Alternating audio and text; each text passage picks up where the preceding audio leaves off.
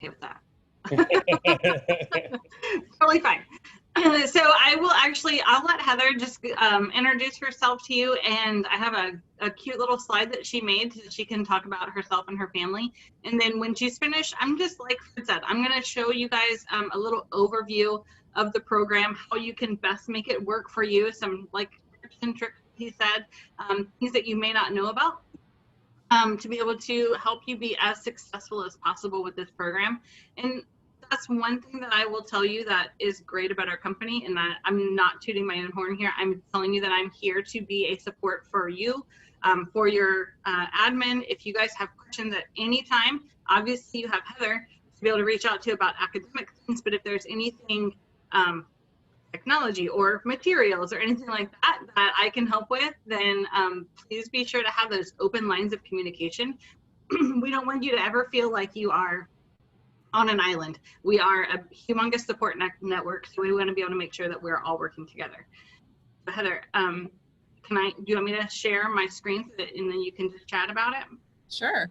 All right, I'm going to mute myself.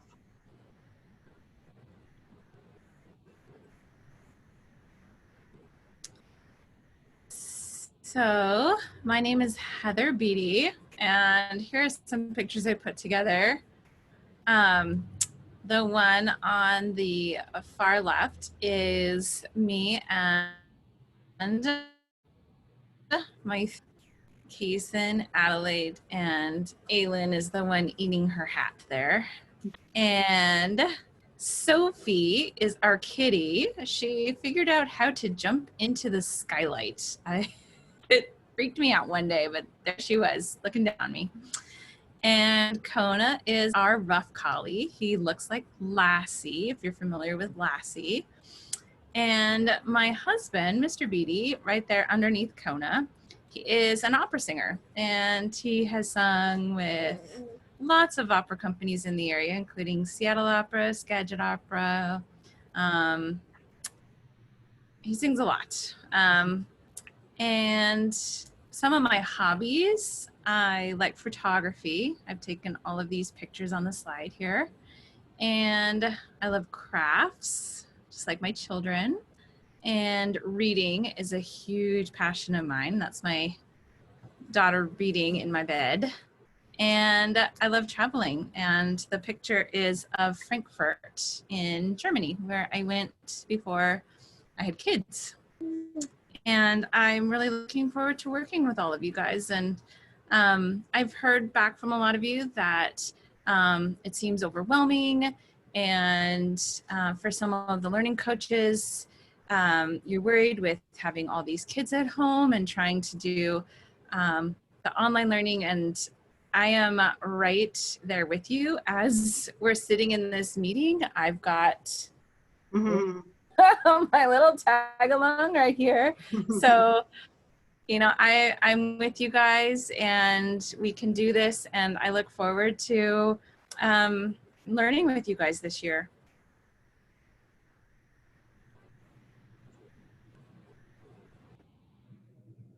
Sorry, I muted when I meant to unmute. Awesome, thank you so much. Let me find my controls again. Are you fine, Fred, with me going forth and going over some things? Okay. Absolutely. All right, so I'm happy that you guys got a chance. So, and this is my, a little bit of background about me. I've been with Fuel Education for 8 years. I started off as a teacher, just like Heather, but I'm a secondary teacher. So the whole realm of learning how to navigate through the online platform for elementary school is fairly new to me, but I will tell you that I too am a parent, and I have a daughter in 10th grade and a daughter in 3rd grade, and both of them are on this, well, the 3rd grader is on the same platform as your children. So as a parent and as an educator, if I didn't truly believe that it was really awesome, I wouldn't have my own kids there. Promise you that. So you can kind of take that as a little vote of confidence that I really do think that you guys are making an awesome decision. Yes, it is overwhelming at first. And establishing your routine and getting into a schedule is hard. This has been a super busy couple of weeks for me with my job. And so for my 3rd grader, luckily she's fairly independent and has just been trudging through and completing lessons throughout the day. So what I'm going to do is I'm just going to take a moment to share with you a few things. Stand by. I'm actually going to turn my video off while I'm talking so I don't make funny faces, because I want to do that. All right, so the first thing that I'm going to share with you is a website that K-12 has for you, and I'm going to actually put this into the chat. I hope it's okay. I'm not going to go through the different videos, but I would really love for you to be able to take a moment on your time, if you can bookmark this website and come back here to be able to peruse on your own time. This is called Day in the Life, and this I think will be very helpful for you for seeing how different students of different age groups, especially we've got a few elementary school kids that are represented here. I think it's fantastic. These are all actual K-12 students, as are your students, even though it feels like we say fuel ed, so it kind of, but like I said, we're under the umbrella of K-12. So if you were to look at Demonte, for example, I'm not going to play his video, but I think it's fantastic to learn how different learning coaches, and we use the word learning coach whenever we talk about the person, the caring adult that is there with your student and facilitating their learning. So whether it's mom, dad, uncle, neighbor, if you have a cohort of parents that are working together, whether you hire a tutor to be able to work with your student, these are all what we call your learning coach. So I think it's really great for you to be able to look at different students and see how they make the program work for them. And be able to kind of have some light at the end of the tunnel, as far as once you feel like you have an established routine and be able to feel like you're in a good spot. So all of these parents and all of these students were once just like you, starting off on a program that they felt was you know, a good option for them, but maybe it felt overwhelming to start off with, like Heather said. And so please take some time whenever you have, when you have it available, to go and watch the videos. There's little videos for the different breakdowns of his day. So kind of talks about the student, and it's cute because they interview the student, and the learning coach also talks along about how they make this program work for them. And like I said, there's multiple students to look at. So I would love it if you took the time to be able to really get a feel for how different students deal with the program itself and how they make it work for them. I think I'd kind of hype you up a little bit. Watch it with your student too and say, you know, this is what we're going to do. It's going to be so great. And hopefully you enjoy that like I enjoy that. I'm going to take a moment and walk you into our Peak dashboard. So Peak is our learning management system that we use for the classes that you are enrolled in with your students. All of you have guardian accounts for your student, and that's important so that we make sure that Heather can communicate with you as the guardian to the student and make sure that we have those open lines of communication. However, the majority of what you are doing is going to be as your student, in your student's account, because there's just more that you have access to that way. So this is our dashboard. It is, as you can see, you have a bunch of, I'm logged in as a demo student, so this is none of us here today, but as you can see, there's little course cards to represent each of the courses that your students are enrolled in. And sometimes it might feel like a lot because our English language courses are broken down by strand. So for English language, you may have literature. This is for a fourth grader.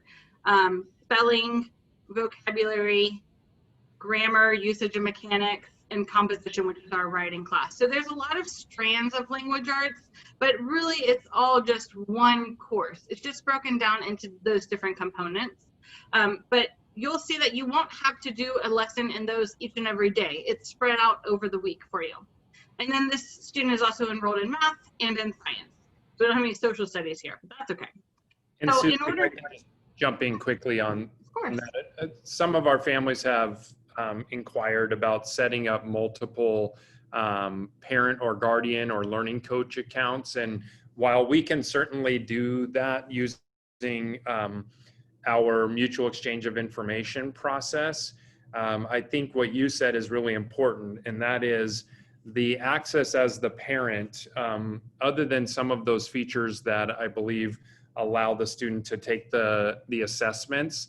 really the primary way to enter in and see how your student is doing is through their look, not as much through the apparent look. So I know that had come up, and so even a parent access may not have what you're hoping for, but any of the learning coaches should have access to the student account.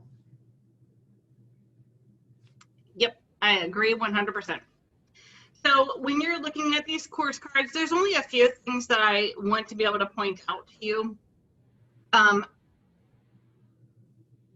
I would take this dashboard as just a launching off page. I wouldn't really spend too much time being consumed with this at all. I would just say, all right, this is our dashboard page. This is really designed, truly it was designed for the middle school and high school, but we've implemented our elementary into this platform as well. So it works.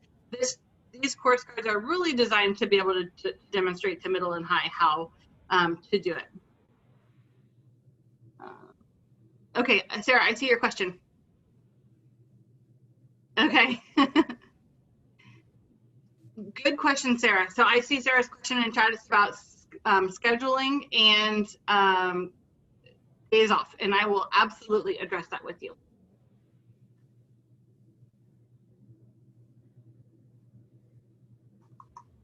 Okay, so I picked a random class to go into. I actually picked math. And as you can see, it doesn't matter which class I chose, it still brought me to the same homepage for the student.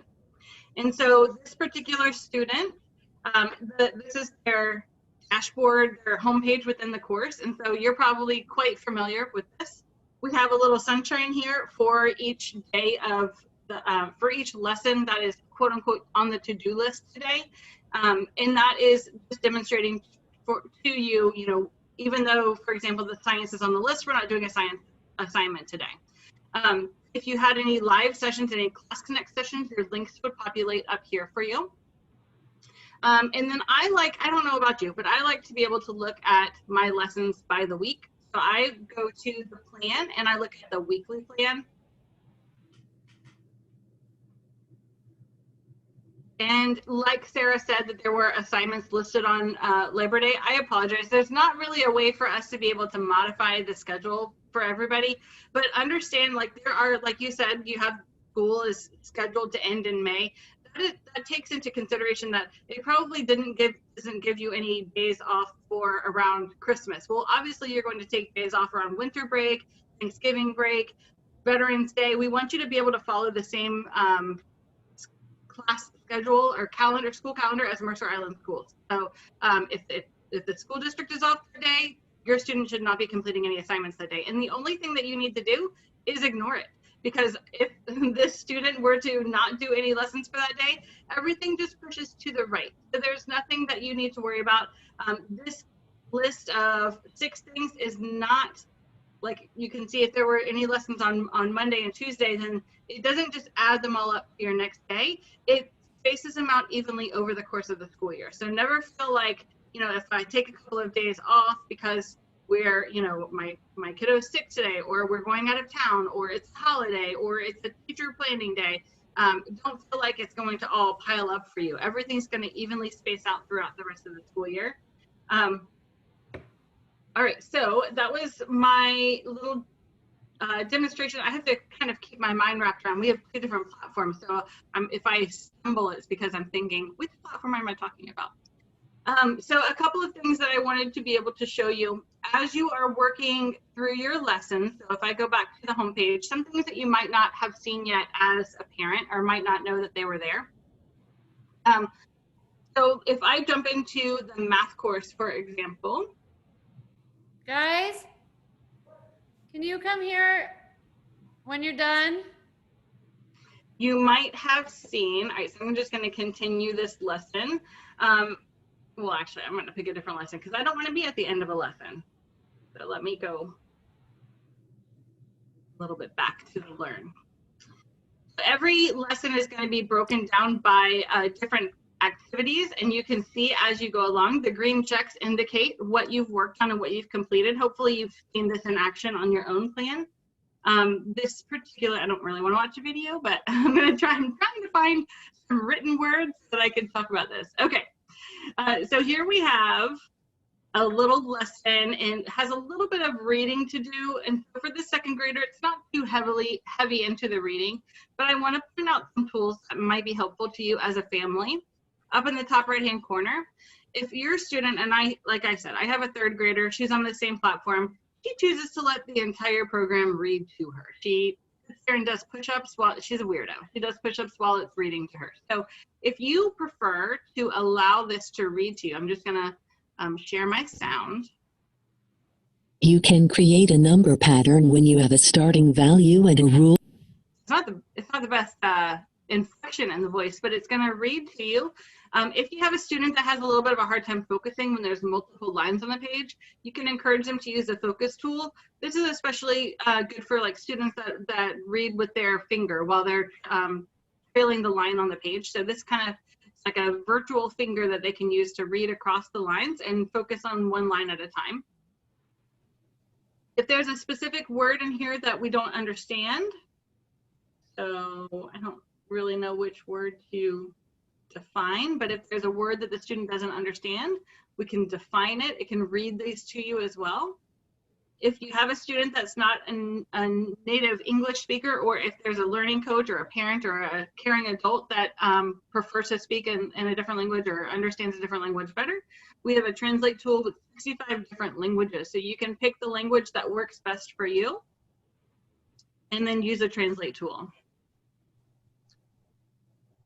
Rami começou a coletar cartas comerciais de criaturas. Rami começou a... Sorry, I always do that. I always play it twice. Hopefully some of these tools might be things that you haven't yet seen before that can make your life a little bit easier when you're going through the individual lessons. You will see, let me get to a lesson real fast. Where am I going to go? The materials I'll need. Materials are on their way. Have any of you started receiving any materials yet? I see Annika's question. Most people have not at this point. Okay.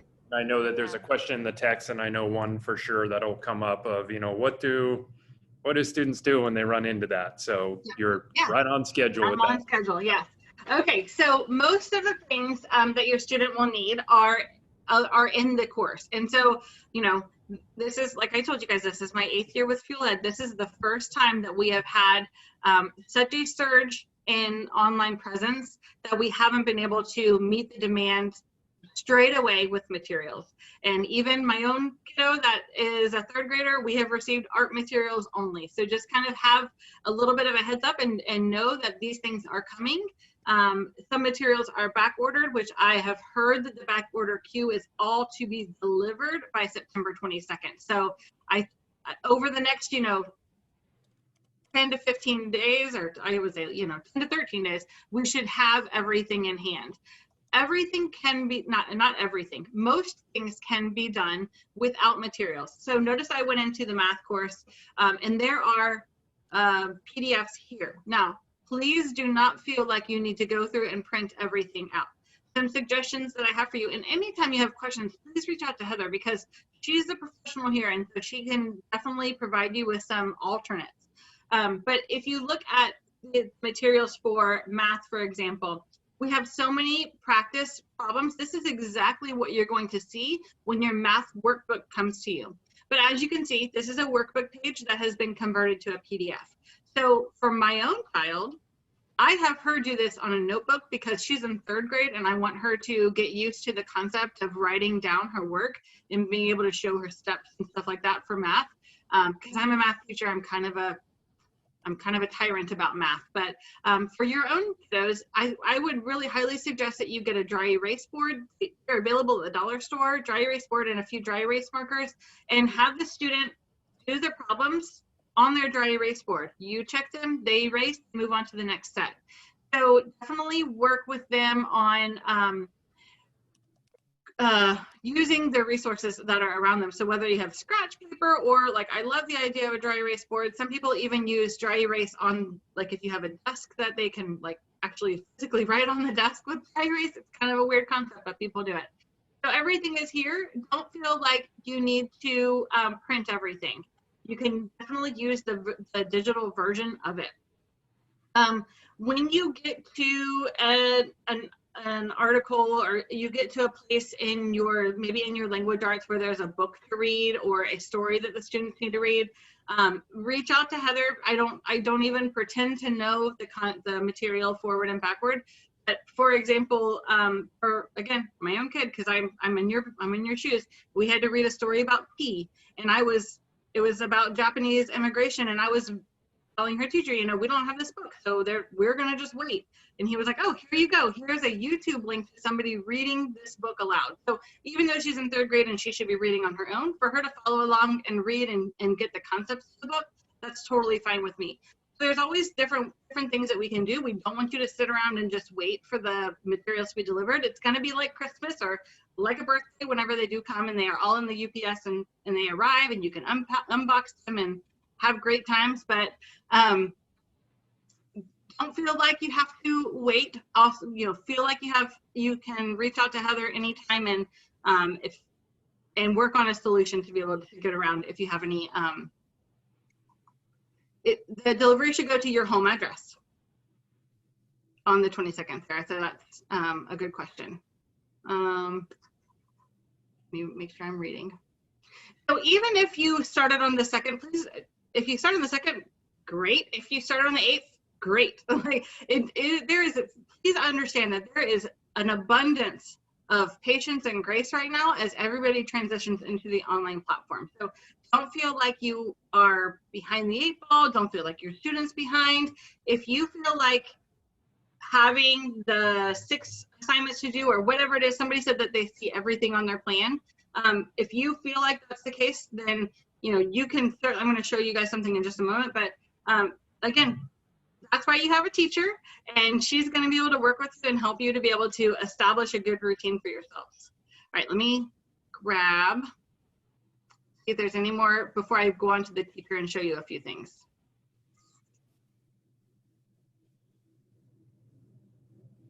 So handwriting, I don't really know. Let me see. So I don't have a handwriting kiddo pulled up. Let me see if I can grab.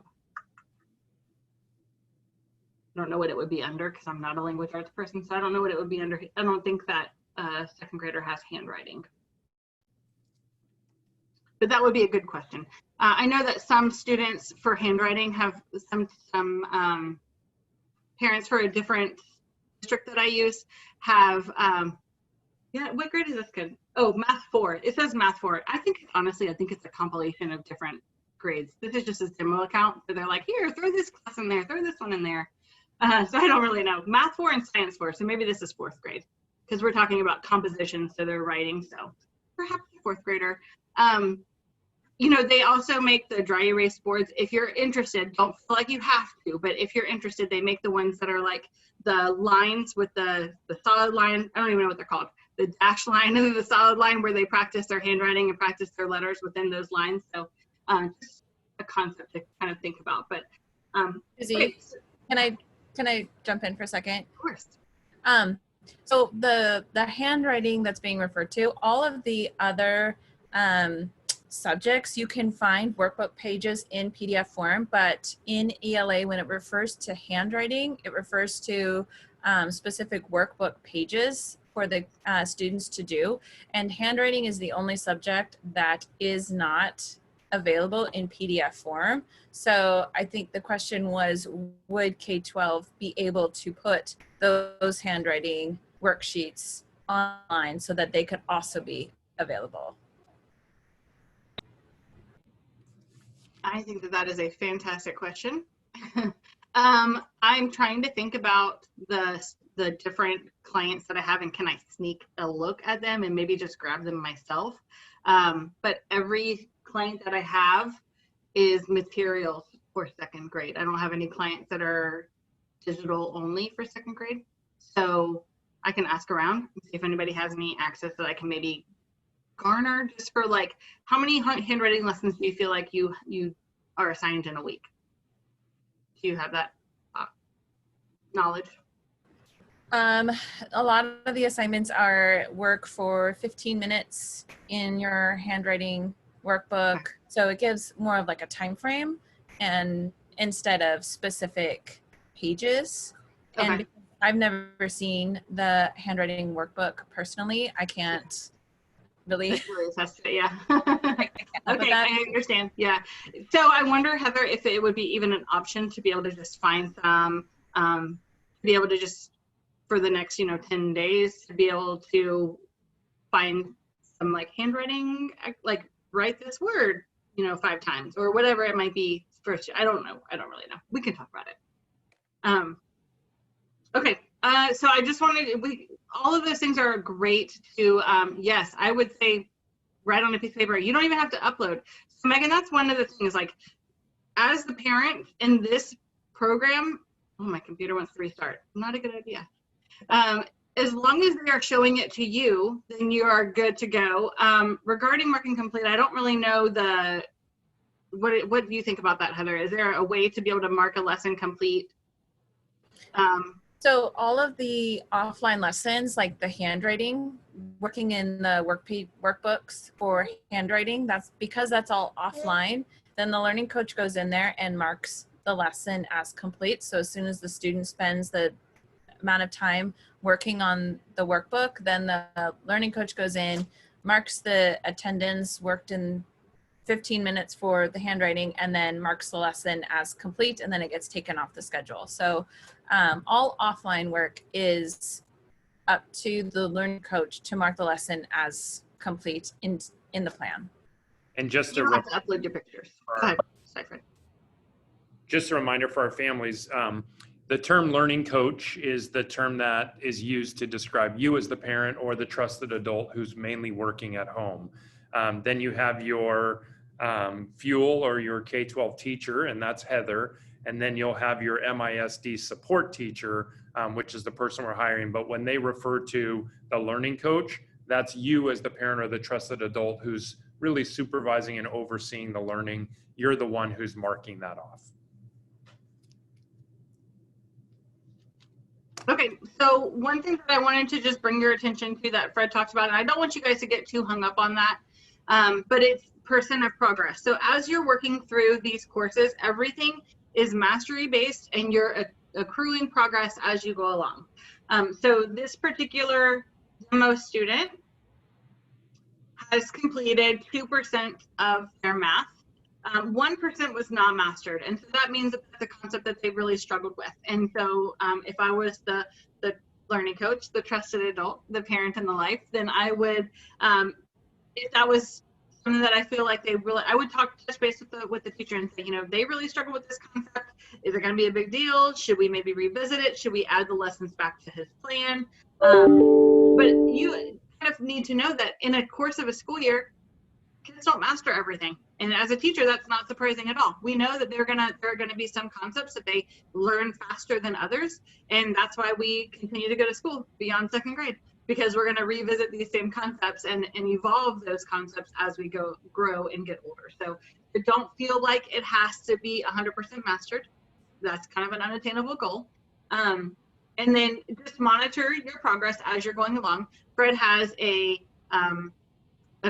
goal in there for you to be roughly 33% complete around Thanksgiving timeframe. So again, don't feel like we have to be super exact with this, but just have like this common goal in mind. And then end of March, he said 66%, and then end of the school year, we need to be up, like our goal is to be 100% done with the course. So 100% completed.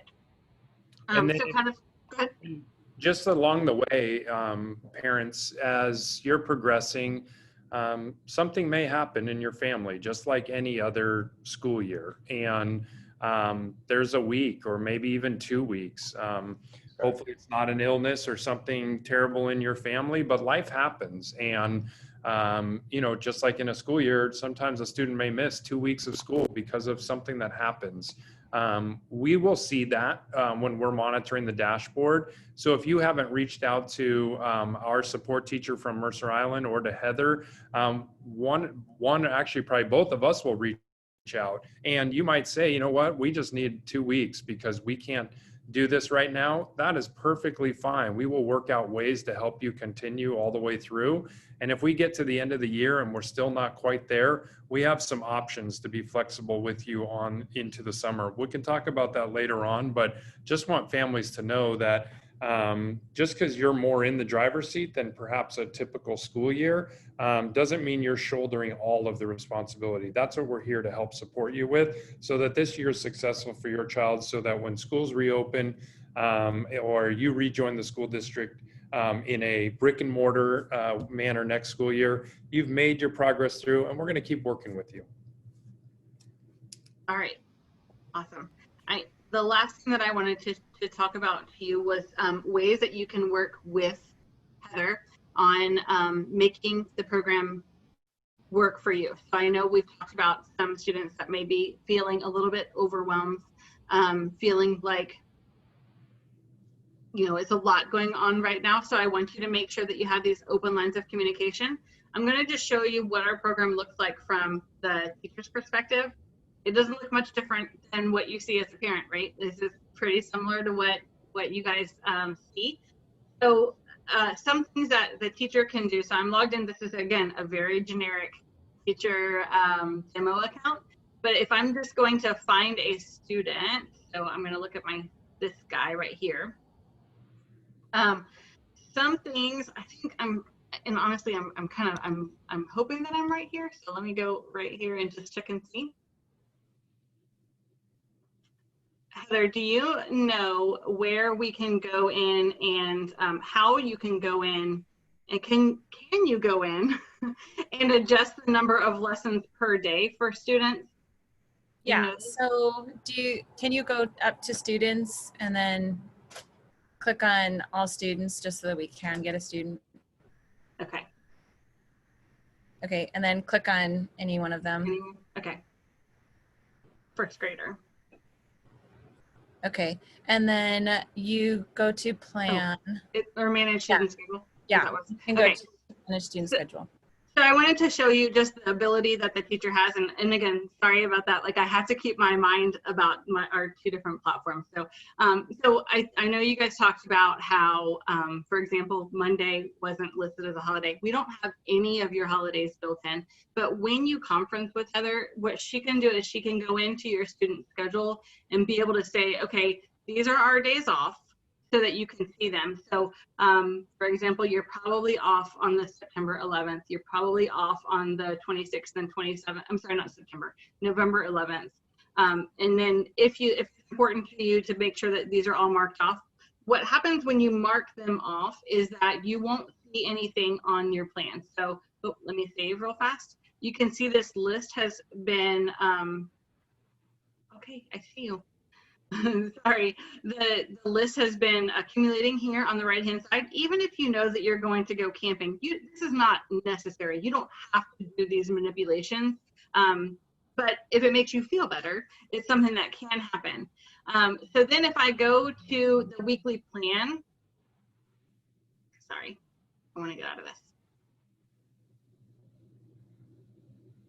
Just going to show you what it looks like since I put in some holidays for that student. So you guys know what your weekly plan looks like. And if I go to the week, actually I can see it right here. I put in September 7th as an off day. So you can see it's a very big, bright vacation day. That does not have to be there for you to be able to take the day off. You can just say, you know, today is a day that we're not doing anything. If we don't do anything, it's just going to look like this. We don't have to make it say vacation day, but Heather can work with you on that. Whenever you conference with her, whenever you have a conversation with her, if you're like, hey, can you please put this in? You can do it.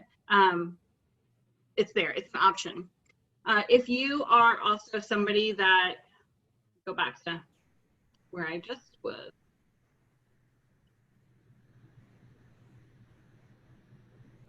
Okay. The next thing that I wanted to show you, we talked about how somebody mentioned that there was like one of each lesson every day. This is the way that it looks on the teacher's end to be able to determine how many lessons you have per day.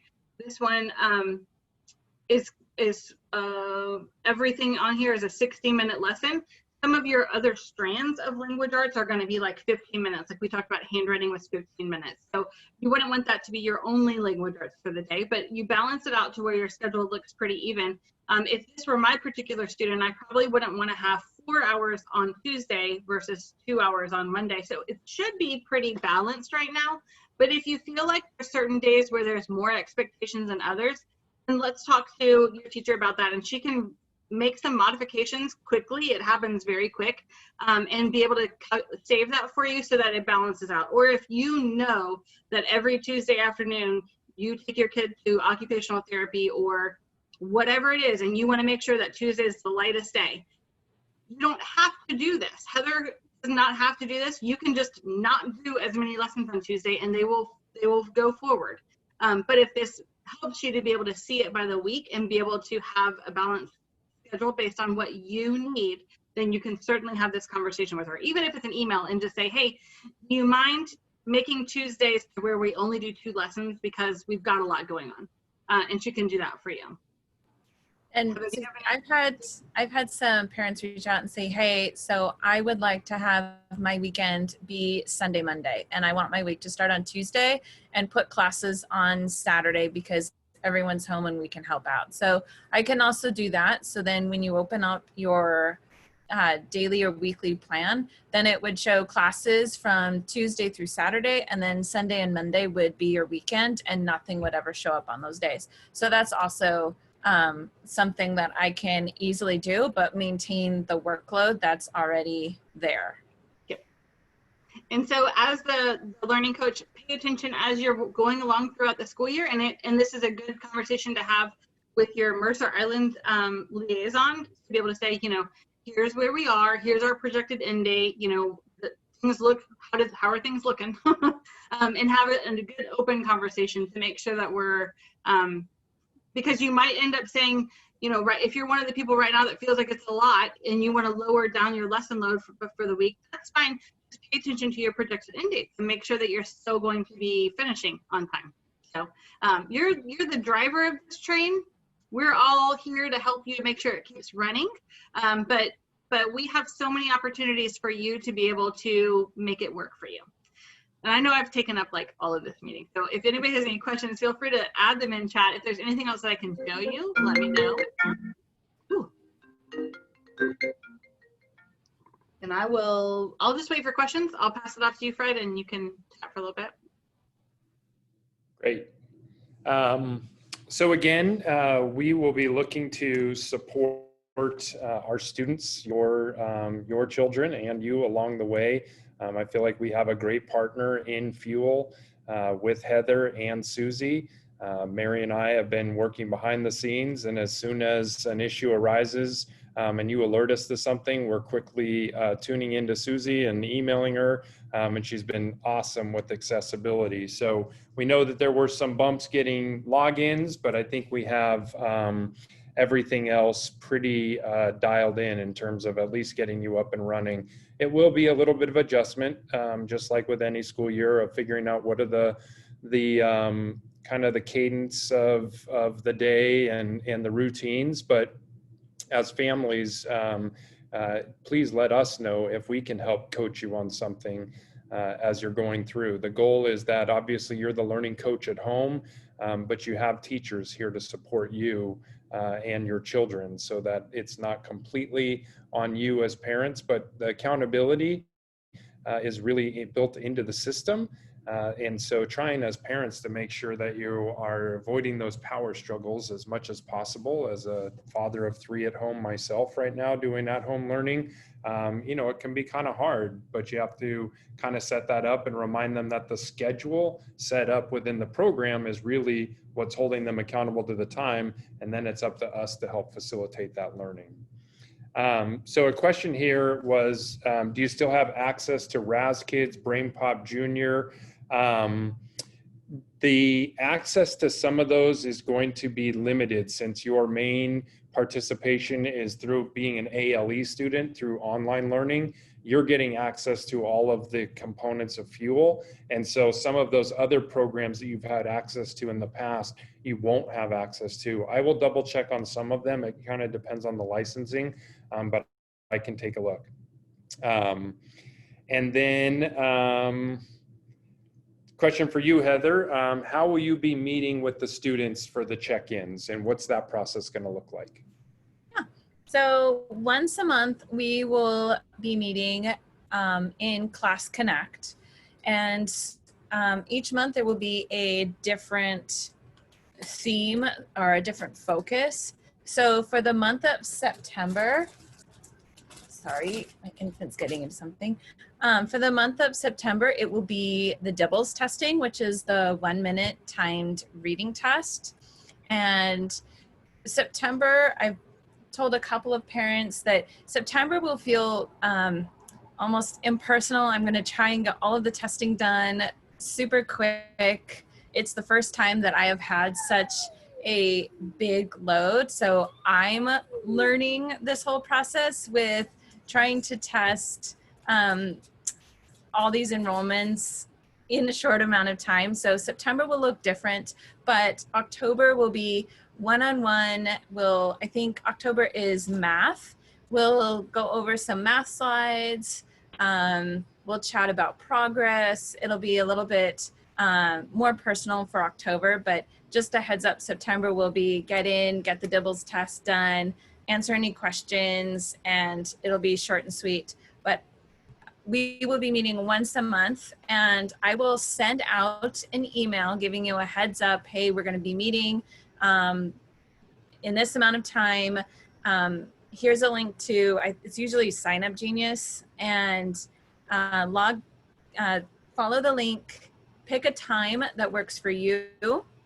And as soon as we square that time down, I will then add the Class Connect to your schedule, and it will show up in your daily plan, the link. It'll, instead of saying there are no Class Connect sessions scheduled for today, for the day that you've signed up, it will say you have a required Class Connect session, and you click on the link at that time and it will take you to whatever platform, Neuro or Blackboard, whatever is working for that day. And then we will meet for our conference at that time. So it'll be pretty straightforward, pretty easy. I'm not going to spring it on you and say, hey, guess what? We're meeting Monday at 2. So be there. Nothing like that. It'll be, hey, we're going to meet in 2 weeks. Here's the link to sign up. Pick a time that works for you. You guys will sign up. I'll add it to your schedule, and then we'll meet at that time.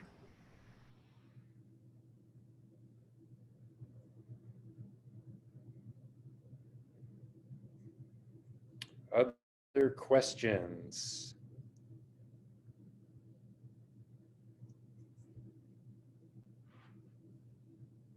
You guys are a quiet group. I thought you would have lots of questions for us.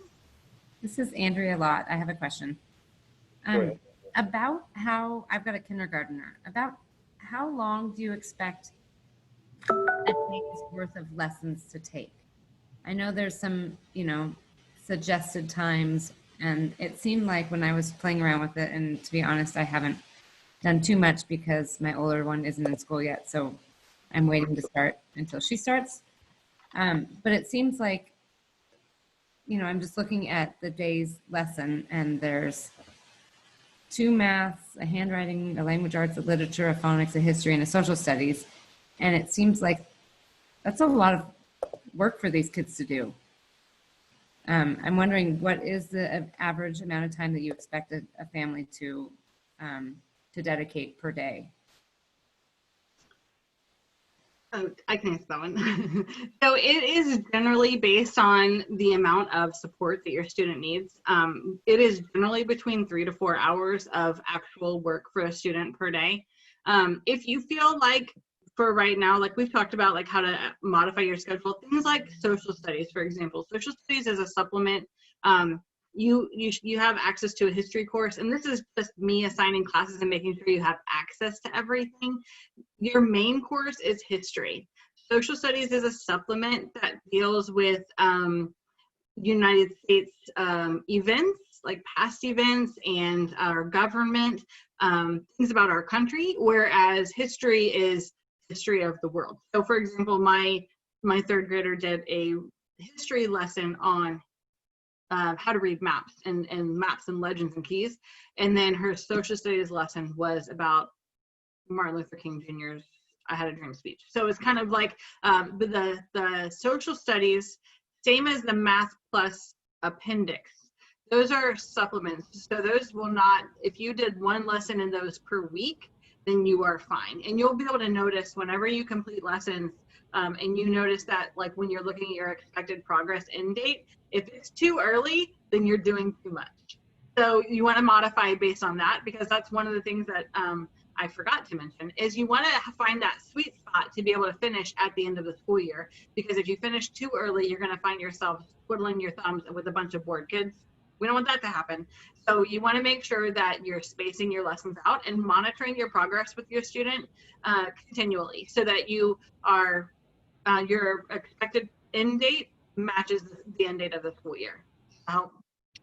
And I would say, just like in our kindergarten classrooms now, or even our first grade, second grade, maybe even some of our high schoolers, we're still building stamina across all of our schools. And the same is for students, regardless of what platform they're learning in. They're building a certain amount of stamina. If kindergartners were in the buildings right now, you know, the cognitive demand and cognitive load that kindergarten teachers are putting on students would be fairly low right now, as we're just trying to get students acquainted to systems and processes and, you know, how you're being a student. So if all you're emphasizing right now are some of the literacy or the English language arts and the math, that's perfectly exactly what you should be doing, is making sure that it's fun and keeping them engaged. We can add in some of those other components later, but think about, you know, just building stamina for your children as they're ramping up. You know, it's like running a 10K. You don't just go out there and start running it. You jog. You know, you build up to that. And so think about that too as the learning coaches at home. Yeah, I was just going to add, you have all of these tools at your disposal, but you are we talked about this, you're the one driving the train. So think about this as like, this is your closet of activities that you can assign to your student for the day, or choose to do with your student for the day. And for right now, like Fred said, work with you would be surprised, because if we only gave you 1 or 2 assignments, then we would have parents that were complaining that it wasn't enough. So, and then if a lot of times, you know, when you have too much going on, so you have to find the sweet spot that works for your family, and just monitor that expected end date and make sure that things are running smoothly. So if you're not quite ready to do everything, that is okay. It's not, like I said, it's not going to pile up for you. You're not going to all of a sudden see when you come back on Monday that you've got 18 lessons to do. It's going to spread itself out over the course of the school year. So especially if your projected end date is showing as May, you've got a lot of buffer time in there. So, you know, take that into consideration, work at your pace for right now, and then build up your stamina for your student to be able to say, okay, well, we've done a couple of hours today, and that's pretty much all we're going to do. Tomorrow, we might do one more thing. So, hope that helps.